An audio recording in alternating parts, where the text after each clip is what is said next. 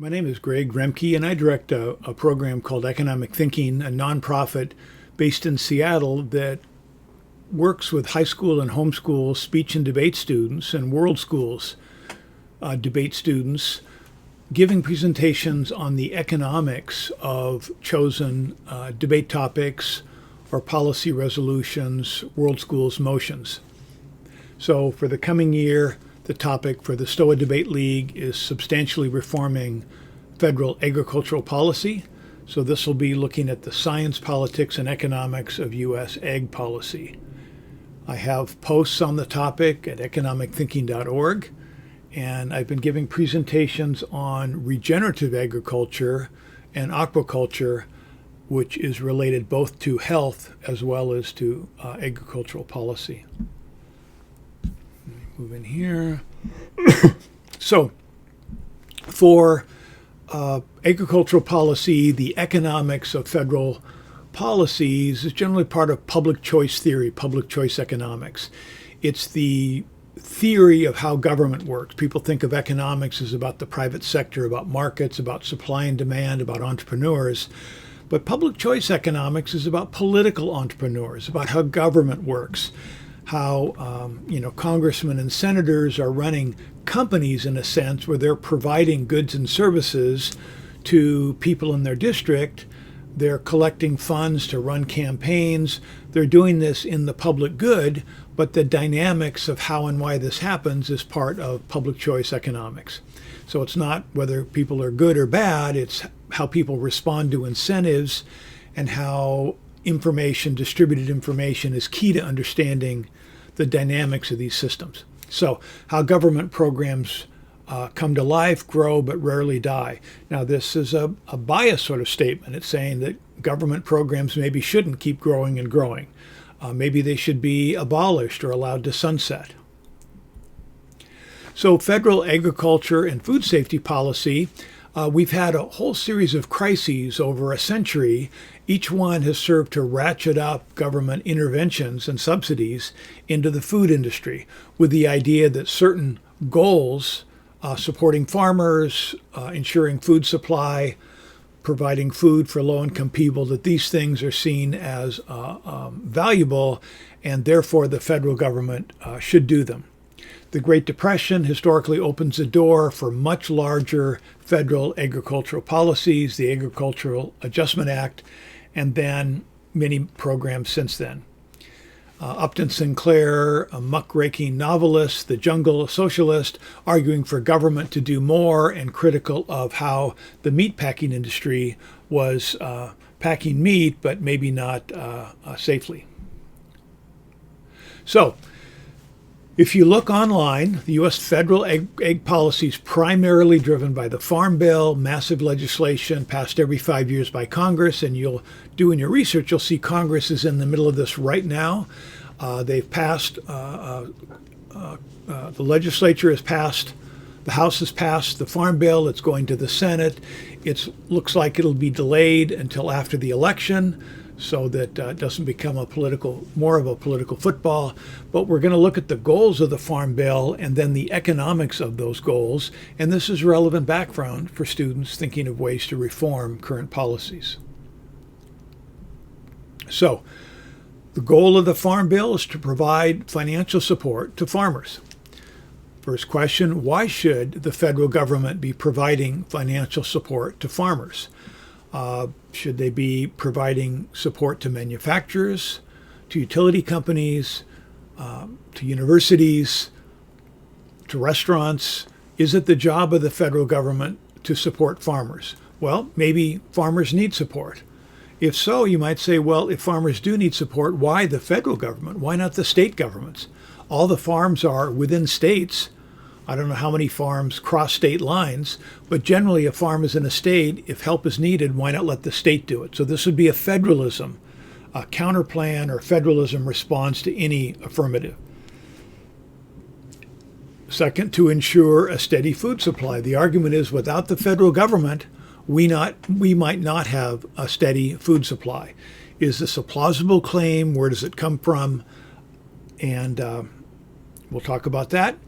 To protect the environment. Now, this is plausible because farms when they put on fertilizer and pesticides and then it rains, that there's runoff from the air topsoil, there's pesticides and fertilizers go downstream, perhaps damage their neighbor's property, pollute the stream, pollute the Gulf of Mexico, Gulf of America. So how could the federal government help protect the environment from externalities, pollution from farms? Or maybe pushing farmers to set aside land to protect the environment. And then to provide nutrition assistance to low-income families. So you might say, well, why is nutrition assistance part of the farm program? Well, nutrition comes from farms. Farmers grow food. Food is turned into, or farmers grow crops, processed into food, packaged, provided to people. And so why not provide nutrition for low-income families? Well, the reason for this is most of the farm aid goes to farmers who are represented in rural districts, in small population states. There's not a whole lot of farm activity going on in cities and suburbs, but that's where the people are. So in order for city and suburb congressmen to vote for farm bills each year, which are billions of dollars given to farmers, they insist that money be given in their district too, and this is through SNAP and other food assistance programs for low-income families. So that's why they're stuck together. You could argue as an affirmative that they shouldn't be. Separate the food nutrition programs from actual pure farm bills.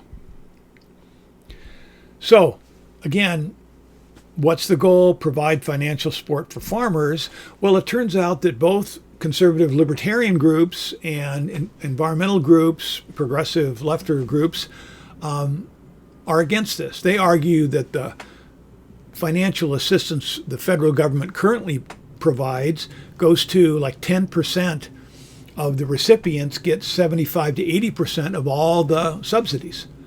And these are big corporations, these are wealthy farmers. Why give all this money to these wealthy people if the goal is to support the family farm or small farmers? That's not what the status quo does. So in the name of providing financial support to farmers, most of the money goes to giant farms and corporations running these farms. The cynical comment is these corporations are farming the subsidies. They're getting the money. Obvious affirmative case would be to abolish these or phase them out, sunset them. Protect the environment. Well, the current programs actually damage the environment by subsidizing crop insurance and providing food to farmers or subsidies to farmers. The more they grow, the more they get. So that incentivizes them to farm intensively with more fertilizers, more pesticides, bringing in difficult land into crop production, which increases soil erosion and runoff. So current programs actually harm the environment. Now, in response to this, the federal government has passed other programs to pay farmers not to farm, ideally on land that is environmentally sensitive. But that land is only brought into production because of the subsidies in the first place. So you could phase a lot of this stuff out and get better environment and save money and help serious farmers. Providing nutrition assistance to low-income families. Well, it turns out that this assistance is generally damaging. That is, the SNAP program is a nutritional failure, says a Cato Institute post from 2023, it looks like. Also a FEE article on the truth about food stamps. Food stamps is the old name. Now they have SNAP because they don't have the actual stamps anymore. The challenge is this leads to increased consumption of highly processed foods, high carbohydrate, high sugar foods that are generally unhealthy that people can buy through the SNAP program, included, colas and other sorts of things. So what if you got rid of this program? What if you phased it out? Would people starve to death, or would they eat better given that they weren't promoting these unhealthy foods? This is part of what Maha's trying to reform. Keep SNAP, but don't give access to these foods. But then you're controlling the lives. They're regulating the poor, saying, we'll give you this money, but you can only buy the things that we, the federal government, think are good for you. So this This is a study from the Mercatus Center. Jason Lusk. It's 10 years old, so you need to update this. But basically, this is a look at what federal agricultural programs are, reducing risk to farmers, mainly growing wheat, corn, ethanol, rice, cotton, soybean, sugar. And the problem is each of these subsidy programs has the effect of raising output in the following years, which therefore increases the costs.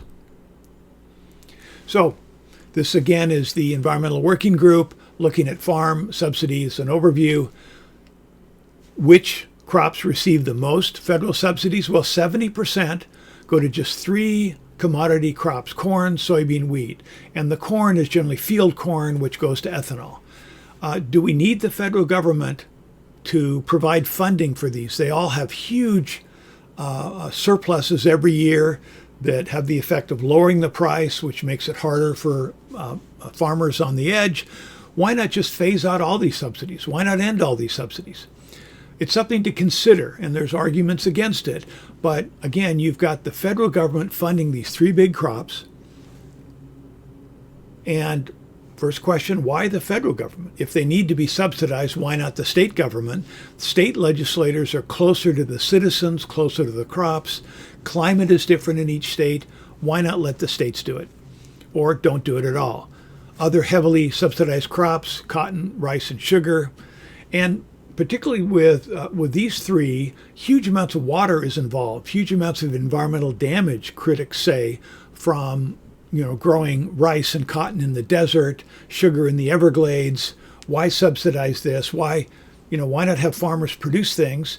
If you think about the rest of agriculture, apples, vegetables, a whole range of crops are produced without subsidies. They seem to do okay. Why subsidize these big crops? So the vast majority. Also, there's a complication with corn. We have an ethanol program, 53 to 66 billion annually, subsidizes corn production that's transformed into ethanol, which is blended into gasoline, which raises the price of gasoline, or raises the price of fuel, because it by law has to be blended with ethanol. And it generally takes up more energy to make the corn, process it, transport it, than is saved with the ethanol. But the argument used to be, the ethanol is grown here, not imported from oil from Saudi Arabia or Venezuela. But now things have changed. Now the U.S. is the biggest oil producer in the world by far and is exporting vast amounts of oil. If the goal is to energy security, what does ethanol have to do with it? Why pay corn farmers subsidies for this instead of allowing the money to go to oil and gas producers in the U.S.? But you could argue, wait, this is an energy policy, not an agricultural policy.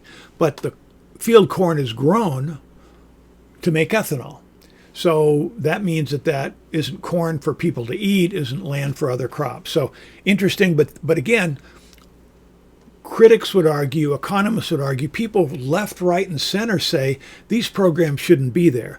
They're only there because we have public choice theory, the concentration of benefits that go to the big corporate and private farmers, and the diffusion of costs that are spread out throughout the whole economy. So we pay higher prices because of it, we pay more taxes because of it, but the money goes to a small number of farmers who have outside influence in the Senate, because there's a lot of senators from states with not many people, but a lot of income from farm subsidies and supports. So, overview, the USDA, United States Department of Agriculture, originally supporting farmers, now its mission has expanded dramatically, and that's a problem. Why not shrink it back to original goals? Now, USDA is focused on nutrition programs, rural development programs, lending, food safety, public health, food assistance, to name a few, again from this study by Jason Lusk. Here's one, the National Finance Center. In the article, this is from 10 years ago, USDA runs the National Finance Center, and I looked this up. It's still running the Finance Center as of 2026, providing human resource and payment services for the rest of the federal government. why do this at all? Why should USDA do this? So there's a ton of programs that you could argue should be sunsetted, whether they had good intentions or not. It's questionable whether they're needed now, and they're certainly expensive. So food nutrition, SNAP and WIC, farm support like crop insurance, disaster relief, conservation programs. There's one from 2026, Farm Food and National Security Act. Rural development, which is broadband and business loan. Broadband was getting internet to rural areas, which of course Starlink does that now, much less expensively. So in looking at the largest federal ag programs by cost, which you can just look up online,